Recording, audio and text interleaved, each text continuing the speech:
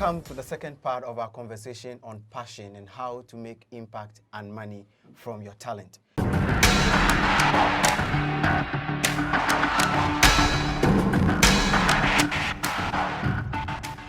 We've been speaking with Jay Bizzle, who is a sound engineer and who takes care of all the sound issues that Roverman Productions does. That is Uncle Ebo's production. And we've been shooting from his studios in his house. It's interesting to find that he has a studio in his house where he works most of the time. Jay Bizzle, please welcome back to the show. Thank you once again. Yeah, so I want to ask about the studio. Sure. Why do you decide to have a studio in your house? Well, growing up and then having been in the industry for quite a number of years, I realized that I should have my own setup, because I ended up taking my artists, the people on my records, to people's studio to record them, and then I was making money for them. You know, studio charges alone is different from the engineer's charges. So I charge for the studio, I hand it over to the owner of the studio, and then I charge my engineering fee, which is just like half of that money, or sometimes a quarter of that production. But I realized that no, what if I invest in buying equipment and then charging studio separately, charging for the song, and then everything comes into my pocket. So you have a record label that you work with? Oh yes, I have. And you have some artists on your Yes, label. I do. Can you help us some of the names? Well, my record label is Jay Bizzle Entertainment. Jay Bizzle Entertainment. For now, I don't have a huge artist on my label, but I work with some of the huge guys in the industry. But I work with them because they are already signed up to certain labels, like someone like Joyce Blessing. I'm virtually like the music director of Joyce Blessing.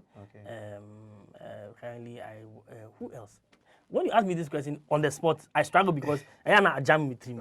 You know. So the one that just quickly comes to mind. But some of your musicians. There's one guy called Manukuri. Also Manukuri, he's also big out there. He works with he's Reverend Yao Usu and says handbag. Right. You know, a living bread, and then this question. All right. So maybe we there should are a lot of them. There are a lot of them. Maybe we should move away. Let's look at, aside sound engineering, music, and all that you do here. What else you do? Is there anything that you do in addition to this? It's not something that I do, but it is something that is also there. But I'm not doing it. More than I do it, like comedy. Oh no, you do it. But tell us about that. Well, I feel like I can do comedy. I can do stand-up comedy because I start with my family. I make my wife laugh. I make my kids laugh. Is that supposed to be a difficult thing, making your wife laugh? Hey, brother, ask Mr. Santua. It's not easy. What you see, home is, if you're married, that is where life begins. But if you are single out there, you have your life, like you are just out there. But when you get married, that's when real life begins. I see. You know, you're meeting someone who is a different species, and at a particular time, she is 3 personalities in one. You know, and all right. So comedy, but comedy is not like a passion, right? Something an aside. Oh, it's also like, it's not a passion, but it comes naturally. If it were a passion, I would have. But you've not made, you've not professionalized it. You've not made any money I've from not it added yet. value to it, but it flows. It flows naturally. It just comes in. Are there plans of doing that? I know one of these days I'll get a chance to be on a platform to mess up. So. JB, yes, sir. Walk us through some of the challenges you think that, or consequences of not nurturing your talent and adding value to it. Okay, thank you, my brother. The truth is that there are a lot of people out there who see raw talent. You know, I call them the evil CEOs. Evil CEOs. Yes, I call them evil CEOs. They will see you, and when they see that the burning desire right inside you, and then they will catch you. When they catch you, like, I'm sorry to say, you end up in a church somewhere, or you end up in some small band somewhere, and then you realize that, and then they will corner you with some small money, okay, and maybe they will get you some small apartment somewhere, and you know, and you too, maybe because you are in the church and you are seeing the small girls in the choir, maybe no waka.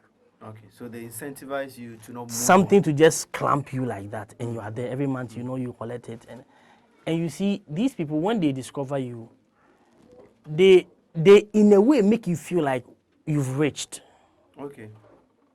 but you haven't. Listen, I said earlier that when you identify it, get all those people who have gone ahead of you, study all of them. Yeah. When you are done studying them, get their routines. When you get their routines, then you build an identity. You see, sometimes you have to find an institution that can help you add value to your school, your passion. So if I realize that I love to play the piano, I will look out for an institution or a school that can give me the theoretical aspect of my passion, to give me an understanding. Right now, I get gigs outside. When I get a studio recording gig outside, When you say don't outside, you mean outside? Abroche, that's what I mean. West. So when you go out there to do a recording gig, you don't go and like we do in Ghana here, you put the headphones in your ear, you listen to the song, you jam the song out and say, okay, now let's go 1, 2, 3, let's go there. No, it's not like that out there. When you go there, they'll give you what is called read sheet. It has the score of the music on it, the time signature is there, the tempo, everything is there. It's on the paper, you're supposed to be able to read it. Watch the dollars. You've collected dollars to do that gig. So you should be able to read the score. You can, before you record, they won't go and play the song for you to listen before they say, okay, now let's start recording. So by that, and that's another way of adding value to yourself, adding value to the passion, make it as lucrative as possible. So that when they say, oh, Charlie, what do you play? Oh, I play keyboard. Oh, okay. Presby Church is organized something. They need you to play with the main church choir. You won't go and do dofa, so they will open the sheets. You should be able to read. That is, you've added to it. When you can enter a church like ICGC. Yeah. When they are singing all the white Igbo people song, when they are singing all the white song, you can play all the chords. When you enter into an Orthodox church, when they open the read sheet, you can play the you're able to fit anywhere. That is value. Anybody at all can call you for their function. And you can make money right, center, left, up, down, everywhere. So it's important we add value. Very, very important. And if we don't add value, one of the consequences will be that the evil CEOs will grab you and then they CEOs. will sit you down, and that is your end. So let's try and take our last 2 questions. Okay. The last but one, we want you to tell us, aside working with Roverman, aside managing your own record label, do you have any project that the public can get to see what you do and appreciate your talent? Yes. Currently, I'm working on this program I've titled Brass and Keys. Brass and keys. Brass, where brass means not like the mineral brass, like horns players. You know, the trumpet, the euphonium. Like brass band. Like brass band, good. Okay. And then keys, keyboards, pianos, and all that. So it's going to be just the brass session and then the keyboards, where I'm going to use close to about 30 brass guys. Yes, not artists, brass guys, people who play the horns instruments. Okay. About 30 of them with the keys, with their bass drum and their snare and their side drums and all that. You will be playing? I'll be playing with them. We're not going to add the contemporary instrument like the drum, the bass, no. Okay. Everything's going to be brass and the keyboard. I can't imagine it. Yeah. I don't think I've seen anything. It's a big deal. But it's a concert. It's a concert. Are dates out? For now, we are looking at December, but before we started working. But we are also considering the election and all that. We don't know how things are going to go, but we are praying for a good one. And so that will be in a form of a celebration after a successful election. Oh, okay. We'll have a wonderful time, So. All right, and the general public will be invited. Exactly. Will it be free? Will it? Oh yes, it will be free. Oh wow. Because this year, 2020 hasn't been easy. There's been a lot of ups and downs. We've a few things have hit us. We've had a few of our celebrities dying. A few things, changes, and then from nowhere, Corona just came in to shut everything down. And thankfully, thank God enough, things are beginning to pick up. Things are picking up slowly. So I think at the end of everything, we will give God the praise, and then we also get to do a few concerts where people can now come out to come and enjoy, good music. And All right, so tell us, how do you see the music industry in Ghana, especially in relation to sound engineering? Do you think that sound engineering has any influence or is making the impact it needs to make on the Ghanaian music industry?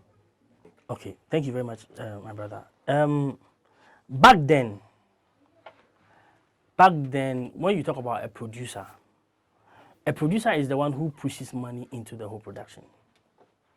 Okay, when everything is done, you give the track or the album to a producer to now invest money into the production proper. But now, a lot have changed. A lot have changed. When you talk about a producer, you're talking about one person sitting down behind machines and then cooking the beats and all that. But now, I think the face of Ghana engineering has changed a little, because now there's this new genre called Afrobeat that every engineer is going toward that direction now. And then there's a little problem because every engineer in Ghana is forced to play Afrobeat, because that is the genre that the youth like, And even now, some of the elderly ones are also buying into that genre. So it is forcing every engineer to learn to play Afrobeat. But you see, the problem now is that we all can't be the same. We all can't play Afrobeat. We all can't play high life. We all can play, all the genres. We specialize.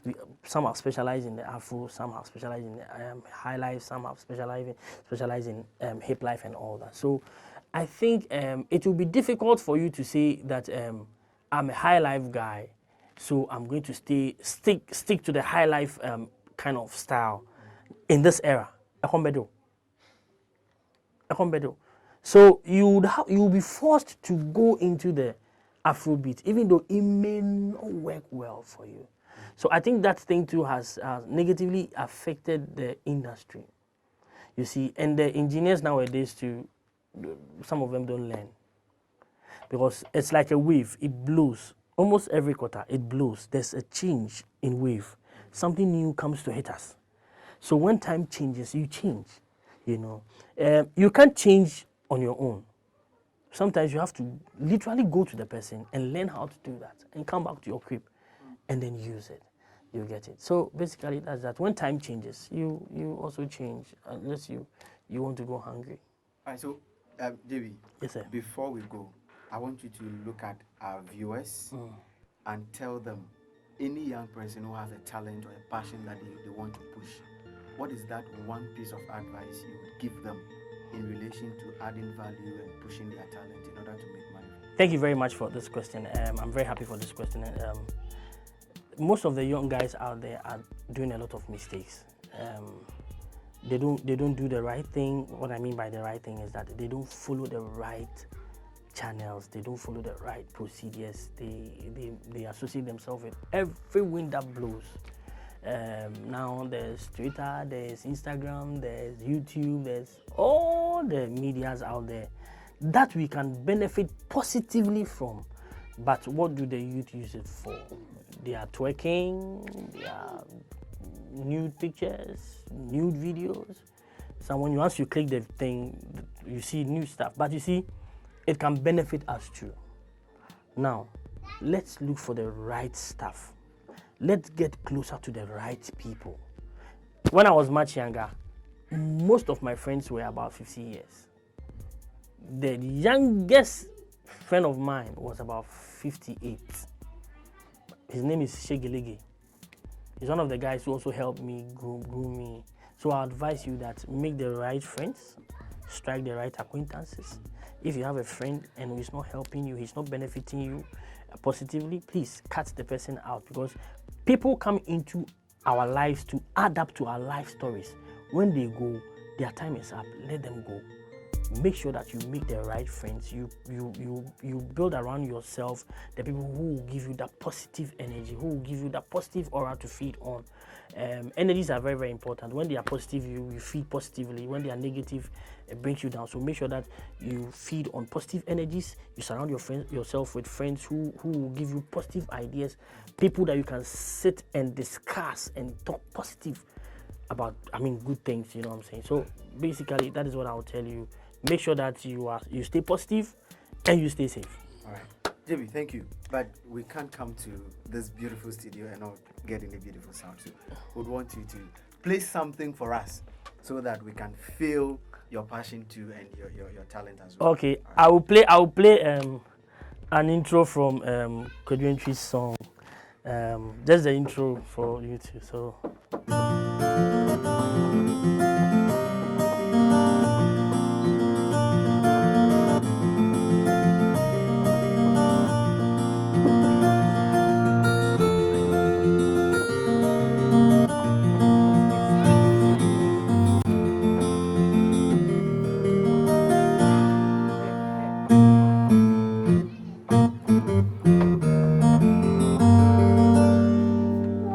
thank you very much. All right, so thank you very much for watching the Aiki Show. We've talked about passion and how to make money from your passion. We spoke with JB or J Bizzle, yes, who sir. is a sound engineer who works with Riverman Productions. Make sure you subscribe to the show. Make sure you follow us on all our social media platforms. My name is Efo Koku Mauto. This is the Aiki Show, where we bring you inspiring career conversations.